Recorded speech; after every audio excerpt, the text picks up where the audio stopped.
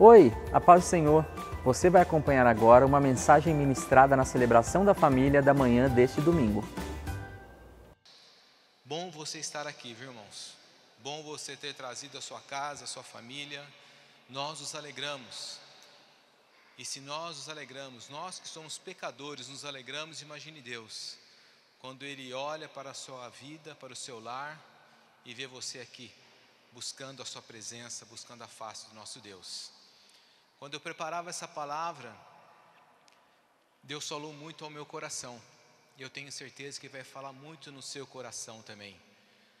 E esses louvores que foram ministrados, eu tenho certeza que Ele preparou o seu coração para que você possa estar receptivo a tudo aquilo que Deus irá falar conosco neste momento. Amém? Feche os seus olhos. Senhor, nós te louvamos, glorificamos a Ti, porque o Senhor é lindo, o Senhor é maravilhoso. O Senhor tem cuidado de nós em todos os detalhes, nos mínimos detalhes. Nós somos gratos a Ti pelos Teus feitos maravilhosos, mas mais ainda somos gratos porque nós somos escolhidos por Ti, nós somos achados por Ti, nós somos a coroa da salvação, nós somos a coroa da criação de Deus.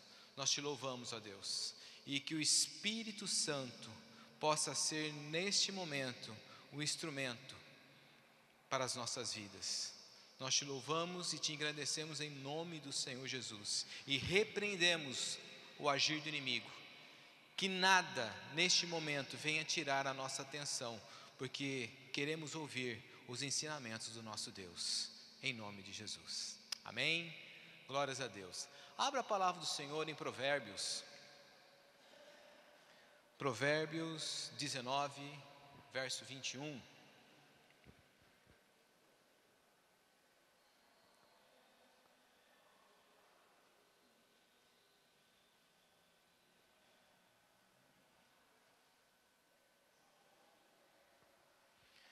Amém?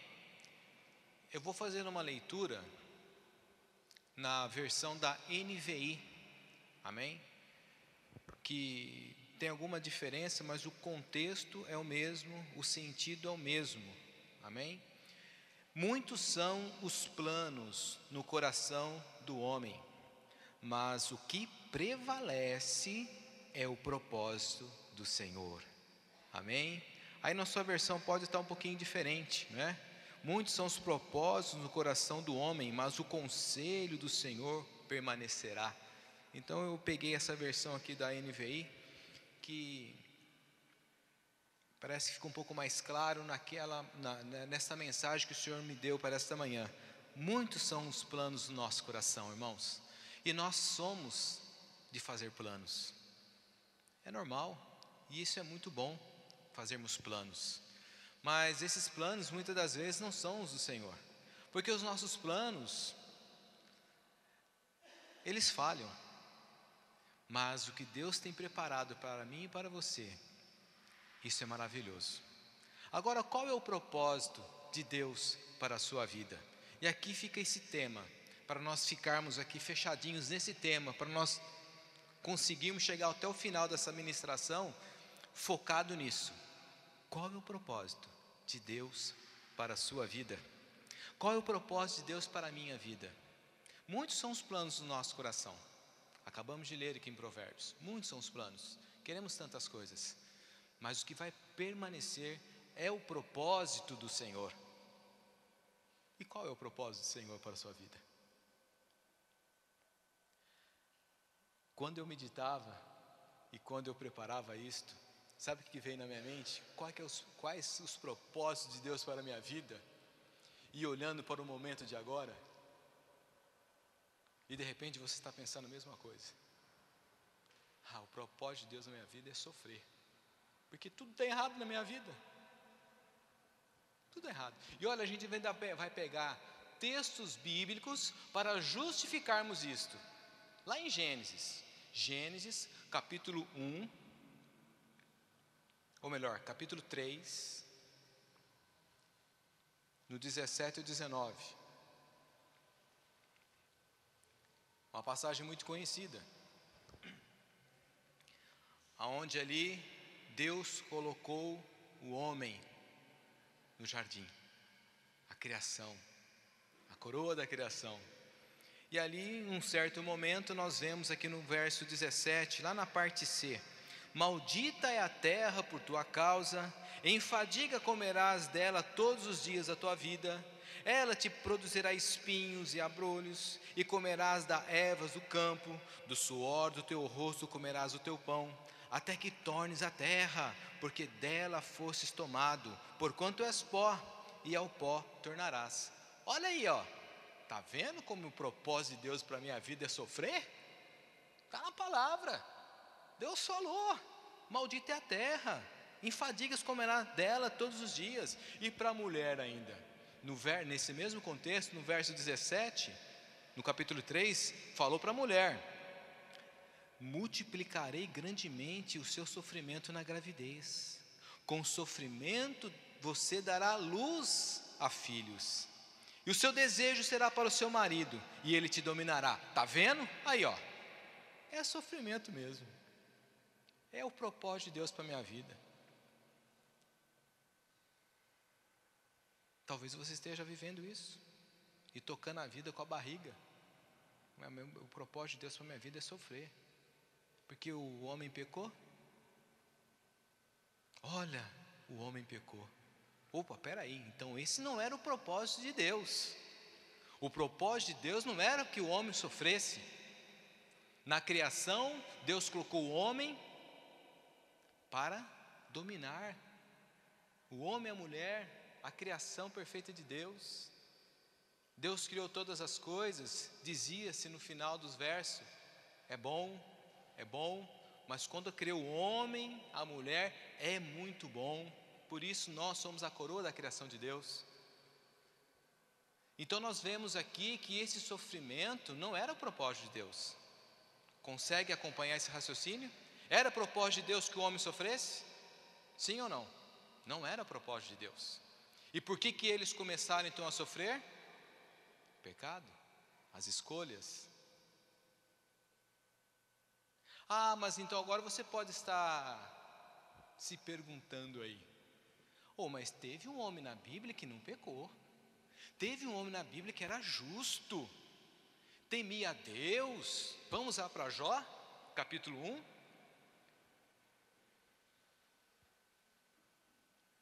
A palavra de Deus diz: um homem íntegro, justo, temia a Deus.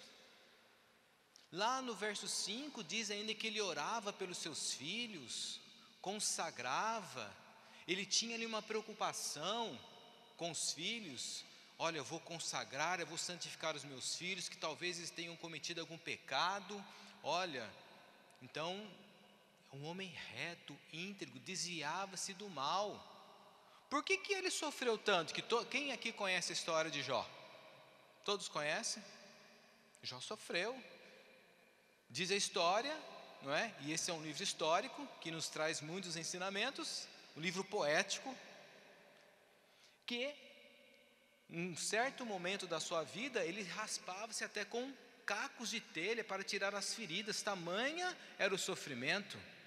Calma aí, nós acabamos de ver aqui que não era propósito de Deus que o homem sofresse.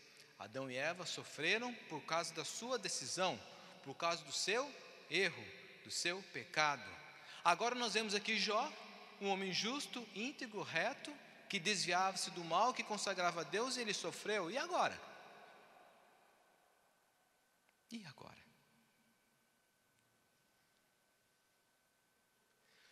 A palavra de Deus, irmãos, diz que não existe um justo sequer.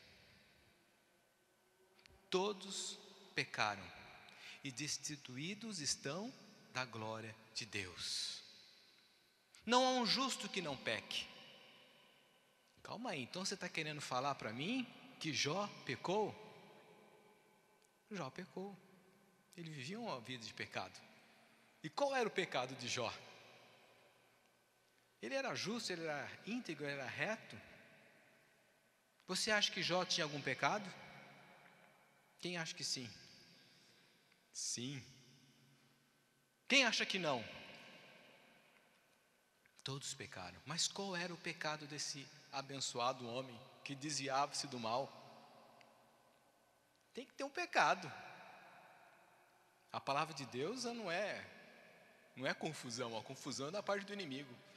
E nós vemos um momento em Jó, capítulo 3. Qual era então o problema de Jó? 3:25.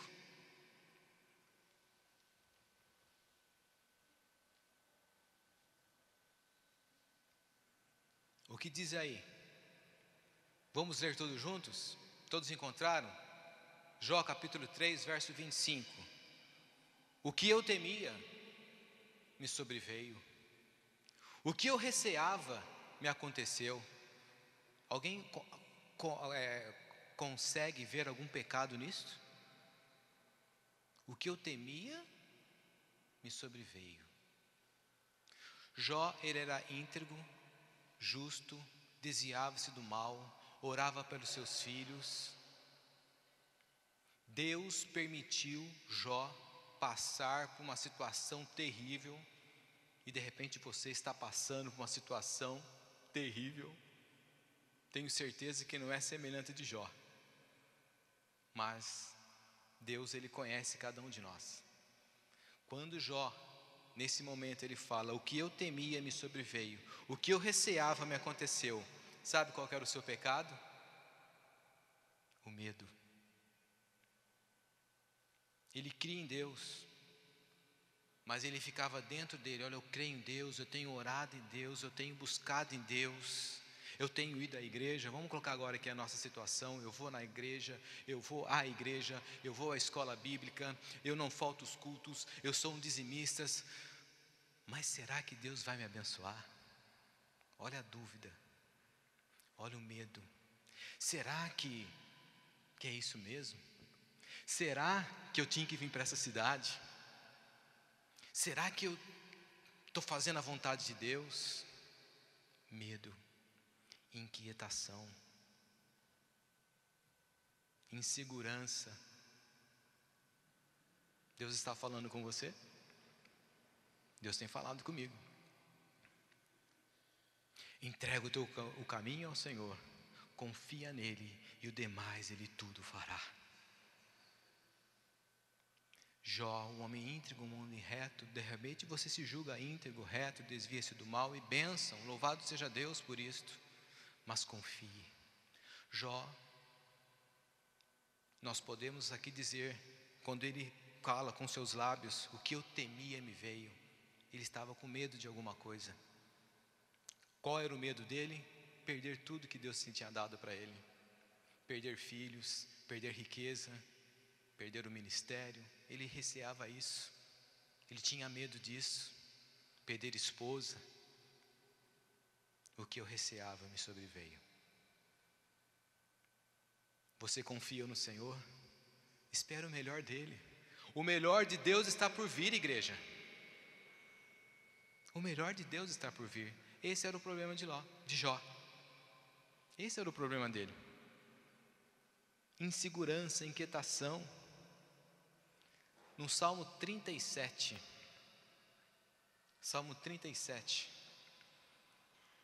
diz algo maravilhoso: deleita-se no Senhor, e Ele atenderá os desejos do teu coração. Entrega o teu caminho ao Senhor, confia nele e Ele agirá. Amém, irmãos? Deus, Ele permitiu sim que Jó passasse por tribulações, por situações difíceis, como Deus está permitindo que você e eu passemos por momentos difíceis. Mas não veio sobre nós tentação senão humana, mas fiel é Deus, que junto com esse momento difícil, Ele dá o escape. Nós temos que confiar, assim como Jó teve que passar por toda aquela situação que passou, perdeu tudo, mas ele estava sendo curado. Então Deus permite situações sim, para que eu e você verdadeiramente possamos nos entregar a Deus, nos entregar a Ele, os nossos planos, Temos muitos planos, mas o que vai prevalecer são os do Senhor. E muitas das vezes nós sofremos com os nossos planos. Aí que vem essa passagem: não veio sobre nós tribulação senão humana. Os seus planos, as suas vontades, fazem com que você fique aprisionado e sofra. Mas nós precisamos deixar Deus dirigir todas as coisas. Nós precisamos confiar, irmãos. Precisamos confiar. Vir à igreja é muito bom, participar é muito bom, mas melhor ainda é confiar em Deus, é entregar a nossa vida a Ele, deixar Ele direcionar todas as coisas. Deus, Ele quer nos curar, e o meio de nos curar muitas das vezes é esse, é passarmos por apertos, por momentos que, olha, a gente geme, a carne sente. Em Jó 42:10, e nós estamos vivendo, esse momento, este ano, o tema é o qual? Perseverança. Perseverança, nós precisamos perseverar no Senhor. E Jó, ele perseverou, e ele venceu. E se você permanecer, você também será um vencedor, em nome de Jesus. Lá diz: depois que Jó orou por seus amigos, e o Senhor o tornou novamente próspero, e lhe deu em dobro tudo o que tinha antes. Tudo o que tinha antes. Então foi um momento difícil para ele, mas ele foi curado. Deus tirou todos os medos, Deus tirou todos os receios, Deus tirou todas as preocupações, todas as ansiedades. Deus tirou de Jó, e Deus quer tirar de nós também isto, porque isto nos impede de caminharmos. E é um momento que Deus permite para nos curar, para nos libertar.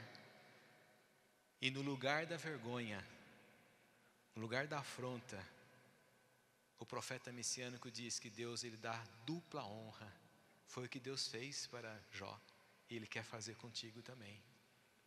Então é um momento que você passa, que você pode pensar: olha, o que Deus tem para a minha vida é sofrimento. Não. Até o final dessa mensagem você vai entender qual é o propósito de Deus para a sua vida. Se você ainda não sabe, Deus está te falando: não é sofrer, não é passar por apertos, por vergonhas, não. Deus quer que você seja um vencedor. Deus quer que essa igreja seja vencedora. E aonde há afronta, aonde há vergonha, Deus dará dupla honra. Basta tão somente nós perseverarmos. Basta tão somente nós confiarmos e deixarmos Deus trabalhar nas nossas vidas. Amém, irmãos? Um outro exemplo de um homem que muitas das vezes você está aí sofrendo e quer se justificar usando a palavra. Está vendo? O propósito de Deus para minha vida é sofrimento mesmo, está na palavra. Apóstolo Paulo. Esse aqui sofreu. Vamos em Atos, no capítulo 9. Atos dos Apóstolos 9. A conversão de Paulo. Irmãos, você está passando por um momento difícil? Você está passando por aperto? Você vai ver que o seu problema não é nada.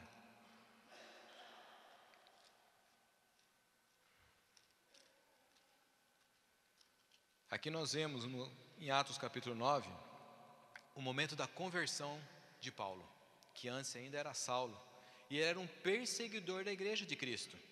Deus, ele se revela a um profeta Ananias, e esse profeta Ananias, ele pega e faz uma indagação a Deus, porque Deus chega para ele e fala: olha, Ananias, eu quero que você vá até a casa de um fulano aqui, ou melhor, um fulano vai te procurar, e você vai orar por ele.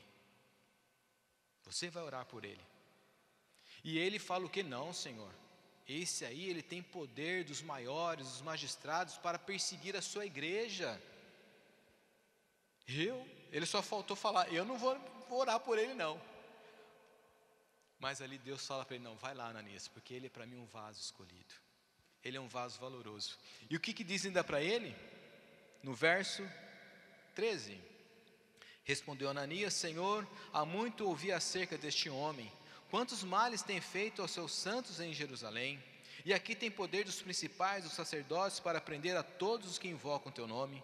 Disse, porém, o Senhor, vai, porque este é para mim um vaso escolhido, para levar o meu nome diante dos gentios e dos reis de Israel. Agora o 16, olha o que Deus falou. E eu lhe mostrarei quanto deve padecer pelo meu nome. E aí? Está vendo? A pessoa que quer sofrer, que quer ser masoquista, que acha que quanto mais sofrer, ela vai entrar no reino dos céus, ela fica pegando versos para justificar, né, o seu sofrimento, dizendo, é propósito de Deus que eu sofro. Olha aqui, o apóstolo Paulo sofreu. O próprio Deus falou. Eu vou mostrar o quanto ele deve padecer. Mas a continuação é tão maravilhosa que às vezes a pessoa não consegue enxergar pelo meu nome. Irmãos, essa continuação faz toda a diferença. Padecer pelo meu nome. E Paulo realmente, ele passou por momentos terríveis. Um pouquinho mais para frente, vamos em 2 Coríntios, só para você ter uma noção de algumas coisas que o próprio Paulo disse. 2 Coríntios capítulo 11. E hoje, por ser um encerramento, né, do primeiro semestre da escola bíblica, eu estou fazendo uma ministração um pouco diferente, para ficar mais na palavra aqui, para que os irmãos usem mais a Bíblia.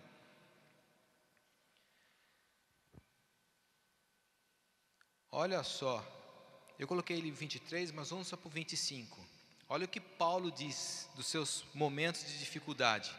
3 vezes fui açoitado com varas. Uma vez fui apedrejado. 3 vezes sofri naufrágio. Uma noite e um dia passei no abismo. Irmãos, o negócio é feio, né? Paulo, ele sofreu. E ele continua. Em viagens, muitas vezes, em perigos de rios, em perigos de salteadores, em perigos da minha nação, em perigos dos gentios, em perigos da cidade, em perigos do deserto, em perigos no mar, em perigo entre falsos irmãos. Misericórdia, esse aqui acho que é o pior. Lugar onde você pensa que você tem um refúgio, que você pensa que você vai ser renovado, não é? De repente o irmão vira assim a arma do seu lado e dá um tiro em você. Paulo passou por isso. Talvez você esteja passando por isso, mas persevera, fica firme. Deus está no controle, Deus está te curando.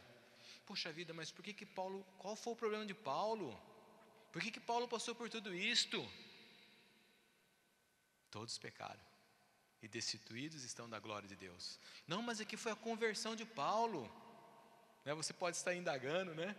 Paulo se converteu, como ele está pagando o preço, Deus já não pagou? Deus já pagou. Mas muitas das vezes, o seu erro, o seu pecado que Deus perdoou, nós sofremos consequências. E qual foi o pecado de Paulo? Ele perseguia quem, irmãos? A igreja de Cristo. Deus perdoou? Deus o perdoou. Tanto é que Deus chamou ele de vaso escolhido para levar o meu nome. Deus perdoa os nossos pecados, apaga, mas as consequências, muitas das vezes, nós pagamos aqui. Nós pagamos. E é interessante que Paulo, ele passava por esses momentos devido a esta perseguição que ele teve com a igreja. Mas também tem uma outra situação que ele mesmo diz. Acho que a próxima é 2 Coríntios 12, 7. Olha o que Paulo diz. Por que ele passava por todas essas situações? Para que eu não me exaltasse, pelas excelências das revelações. Foi-me dado um espinho na carne, a saber, um mensageiro de Satanás, para me esbofetear, a fim de me não... Talvez você está passando aí por momentos difíceis e você não está entendendo nada. Sou tão usado por Deus, Deus usa a minha vida. Olha, quando eu abro os meus lábios, as pessoas choram, né? Deus me usa, mas olha, eu estou passando uma tribulação.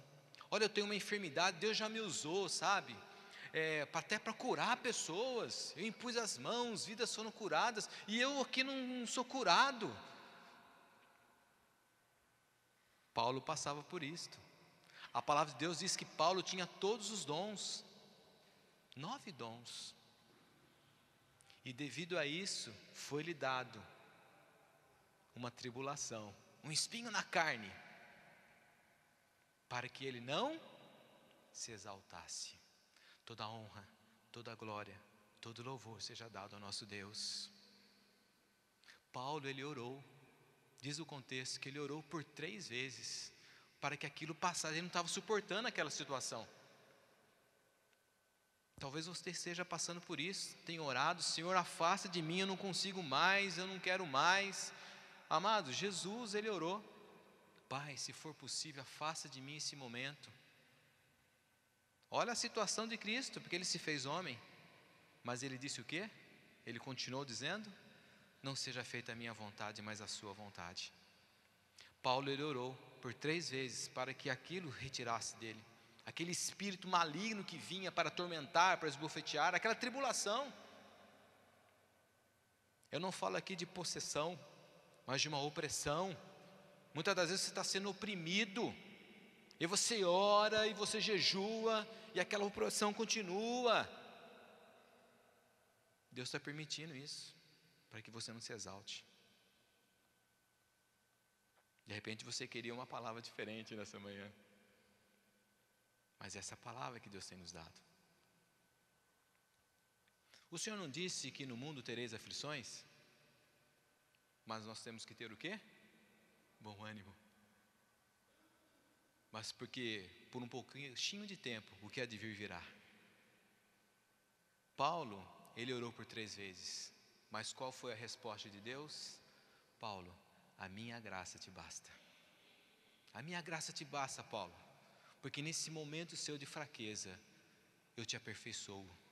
Nesse momento que você está chorando, que você está se lamentando, você está clamando a mim, Paulo. Eu estou trabalhando na tua vida, igreja do Senhor. Deus está trabalhando na tua vida, irmãos. E nesta manhã eu tenho certeza, Deus está respondendo orações. Deus está dando resposta, porque Deus não é Deus de confusão. Se Ele te trouxe aqui nessa manhã, é porque Ele te ama.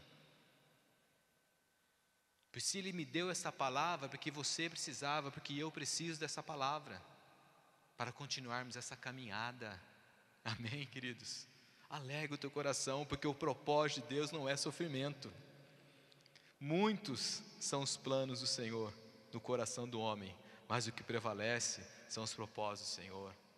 Paulo, ele tinha uma missão, você tem uma missão. Sabe qual era a missão de Paulo? Salmo 126:6, eu acho que eu não coloquei para eles essa passagem, mas diz o seguinte: aquele que leva a preciosa semente, andando e chorando, voltará sem dúvida com alegria, trazendo consigo a sua vitória. Esse era o propósito de Paulo. Ele passava por lutas, por dificuldades. Ele mesmo disse: olha, passo por isso que é para eu não me exaltar, Deus me conhece. Querido, Paulo era um grande conhecedor da palavra, formado nas escolas teológicas da época de Gamaliel. Deus conhecia o coração daquele homem, era um valão valoroso, sim, mas porque o próprio Paulo disse: Deus permite isso que é para eu não me exaltar. Mas o que importa é levar a palavra preciosa.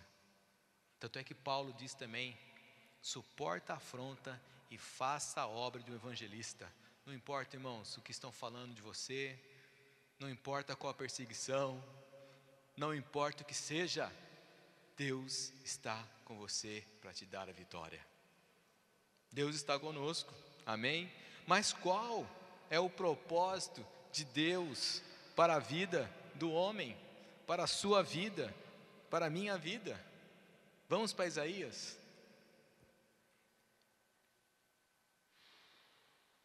Isaías 43.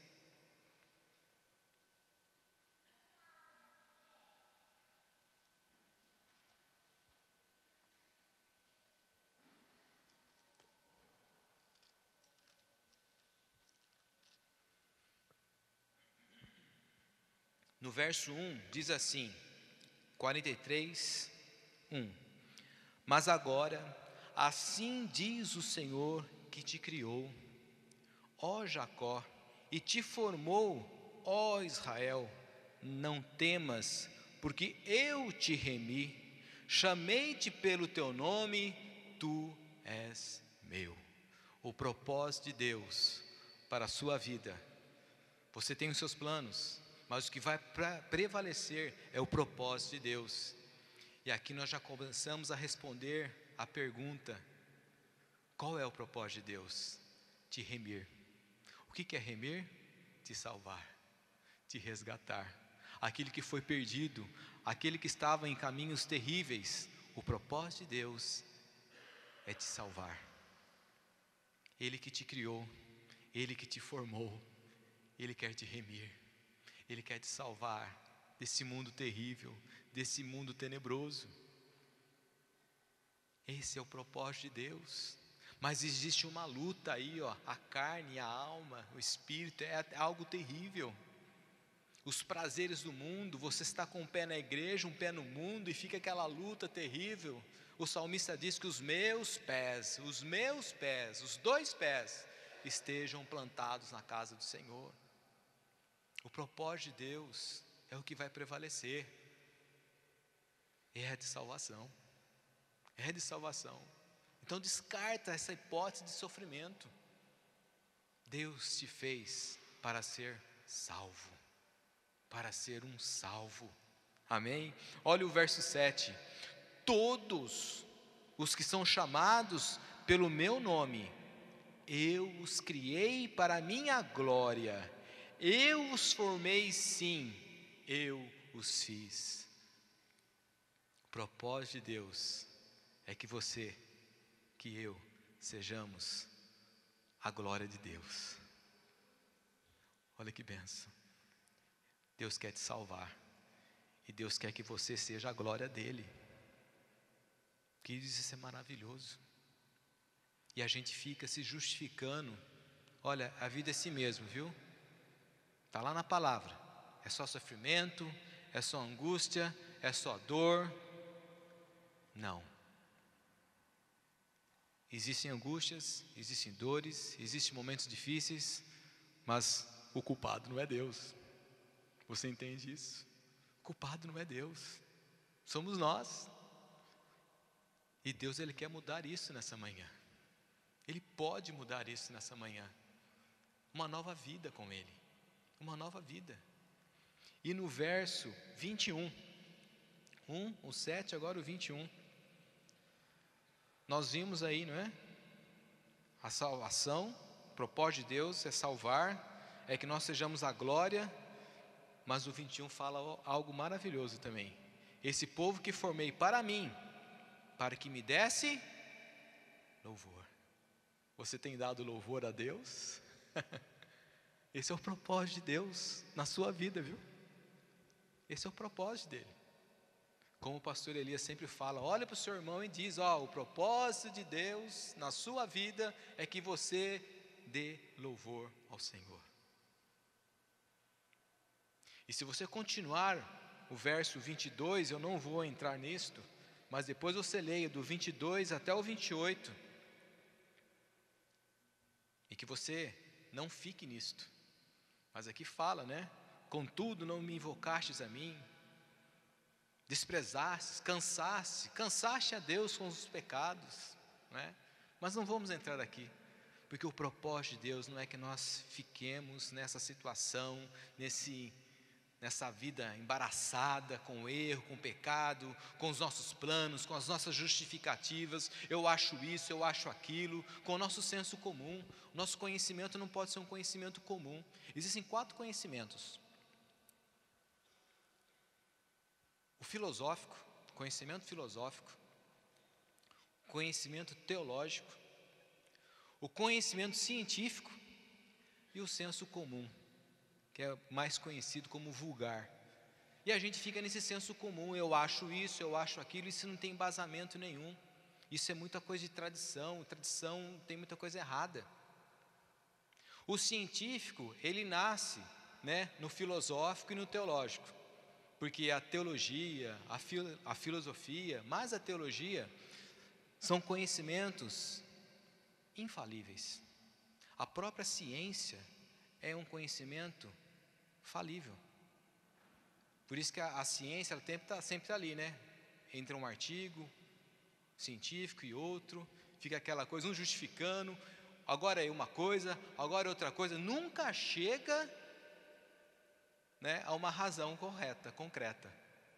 E é tida como a ciência mais aceita, é o método científico. E o teológico, ele é infalível, porque é a fé não se questiona, a palavra de Deus não é questionada. Então nós temos que ter esse conhecimento, senso comum. Nós temos que valorizar alguns sensos comuns, mas o que tem que ser aceito, principalmente no nosso meio cristão, é o teológico. É o teológico, no seu contexto, porque aí nós não vamos errar, nós vamos ter forças o suficiente para permanecermos na graça e misericórdia de Deus. Amém, amados? Então o propósito de Deus na sua vida, na minha vida, é como Deus fez com Jacó. Os levitas podem subir no altar já, estamos já concluindo. O propósito de Deus para a sua vida, para a minha vida, é como Deus fez com Jacó, com Jó,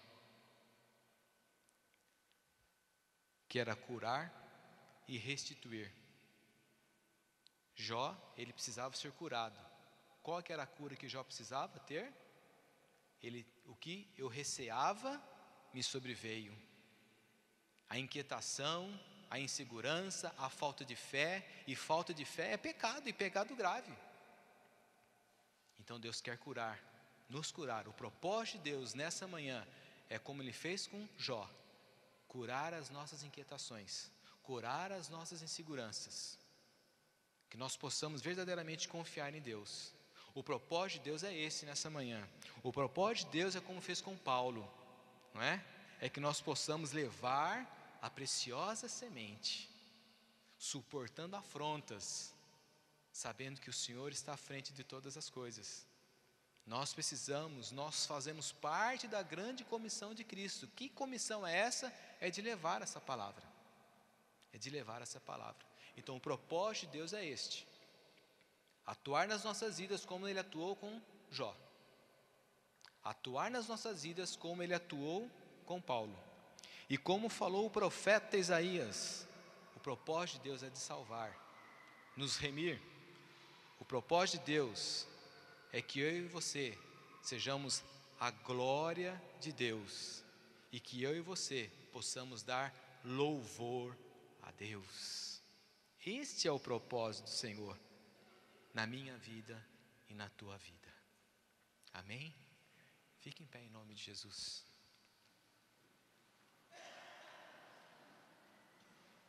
Senhor, nós te louvamos essa manhã, ó Pai. O Senhor nos trouxe aqui nesta manhã, no encerramento de uma escola bíblica.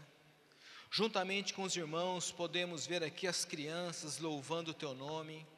E é um momento maravilhoso de ver isto, Senhor, que são frutos da obra de Deus. E nós te louvamos por isto. Nós podemos, ó Pai, junto com os irmãos, junto com famílias, desfrutarmos de um café da manhã. Mas o melhor, ó Deus, foi este momento, onde o Senhor vem com a sua palavra e mostra para nós os seus propósitos. E nós te louvamos, ó Deus, porque sabemos que o Senhor é o Deus que cuida de nós. O Senhor é o Deus que quer salvar, é o Deus que quer curar, é o Deus que quer ver em nós glória e quer que nós também demos a Ti o louvor. Mas muitas das vezes nós ficamos presos no sofrimento, na dor, na reclamação, que a minha vida não dá certo, nada dá certo, eu estou na sua casa, eu faço todas as coisas da maneira que o Senhor pede, mas parece que as coisas não fluem.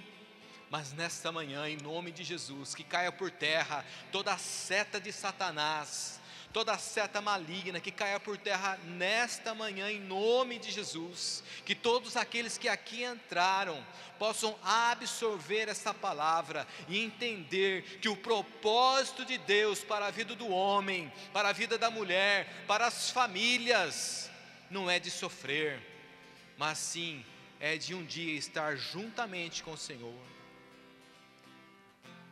É um dia de estar juntamente com Cristo, mas mesmo ainda nessa terra, desfrutarmos de bênçãos espirituais, de bênçãos maravilhosas da parte do Senhor. Nós te louvamos, ó Deus, nós te engrandecemos, ó Pai, porque Tu és lindo, Tu és bom, Tu és maravilhoso. E eu quero ler aqui para os irmãos, encerrando em Romanos 8, no verso 31, que diz: que diremos, pois, a essas coisas?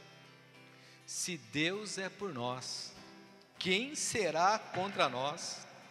Aquele que nem mesmo seu próprio Filho poupou, antes o entregou por todos nós, como não nos dará também todas as coisas?